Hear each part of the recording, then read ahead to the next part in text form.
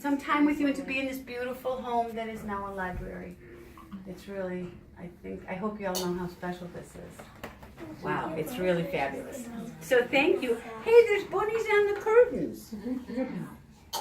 Look at that.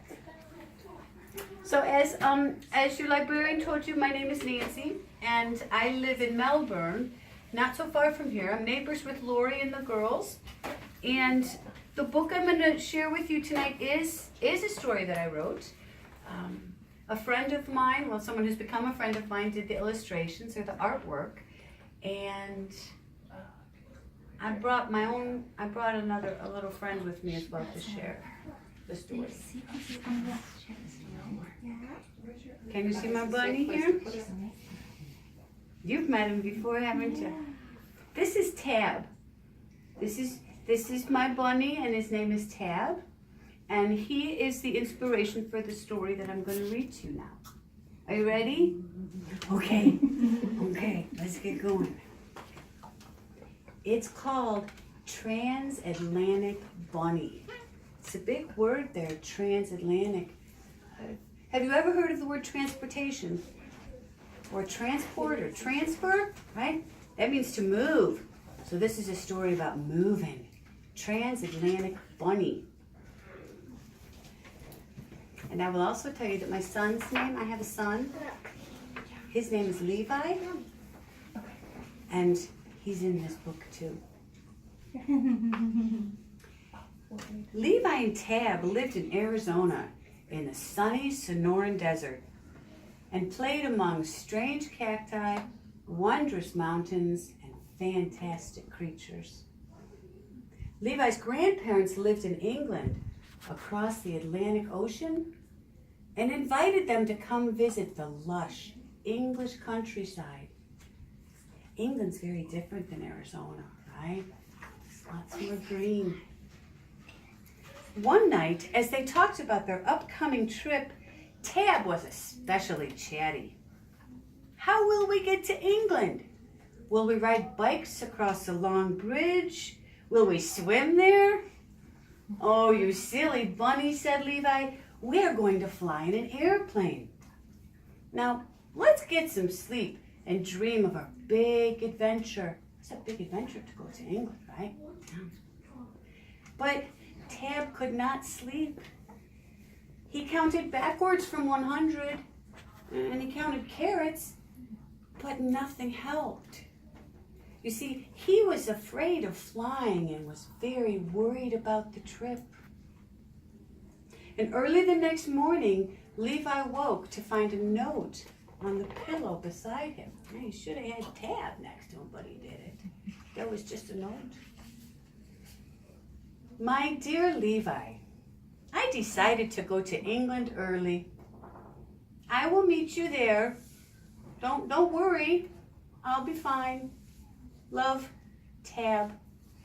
There's a little footprint right stamped. But Levi did worry. So he called his grandparents and asked them to be on the lookout for Tab and to have lots of vegetables on hand for his arrival. And his grandparents said that they would, and so Levi worried less. After a few days, Tab made his way across Arizona and New Mexico. He rode a steer through the Texas plains and slept under a blanket of stars. He hopped through miles of cornfields. We have cornfields, don't we? Miles and miles and miles. And he hopped through lots of those miles of cornfields, and he even caught a ride on a vegetable truck. Can you see that? I'm taking a ride on a vegetable truck. And he saw the Gateway Arch as he crossed the mighty Mississippi. Oh, where is he? Can you see? Where's Tab in this one? Can we find him? Is he in the front seat now? He's in the front seat, isn't he? Yeah. Must have been fun. Yeah. When Tab reached New York City, he was struck by the sights and the sounds and the smells. And he wondered why they called it the Big Apple. Because the buildings look like celery stalks to him. They don't look like apples. decided to take a break from traveling and do some sightseeing. Tab had a full day exploring many marvels of the great city. And just like maybe some of you today went to Ryman Gardens and did some tours and you go on field trips, right? Well, Tab went to see not all, but some of the famous sites in New York City. Art museums, right, and tall buildings, and he rode in a taxi cab. So he's doing all sorts of things in the city. But he knew he must continue onward. And so, at long last, think about the title of the book. He began to cross the mighty Atlantic. Do you recognize that? It's Statue of Liberty, right? And there he is. Is he swimming? He is about to. Absolutely. Could be. Yeah, thank goodness he's got a little floaty there, right? Dressed in bright red. People can see him. But you're right. And sometimes Tab rode big waves that carried him along. And other times, the water was calm. Nice and calm. Right? A moonlit night. Swim, swim, swim, swim. And when he was hungry, Tab would gather seaweed. When he was tired, he would rest and think of seeing his beloved Levi in England. Meanwhile, Levi began his own journey. And as his plane flew over the Atlantic Ocean, he got a funny feeling in his stomach. And he thought he might get sick.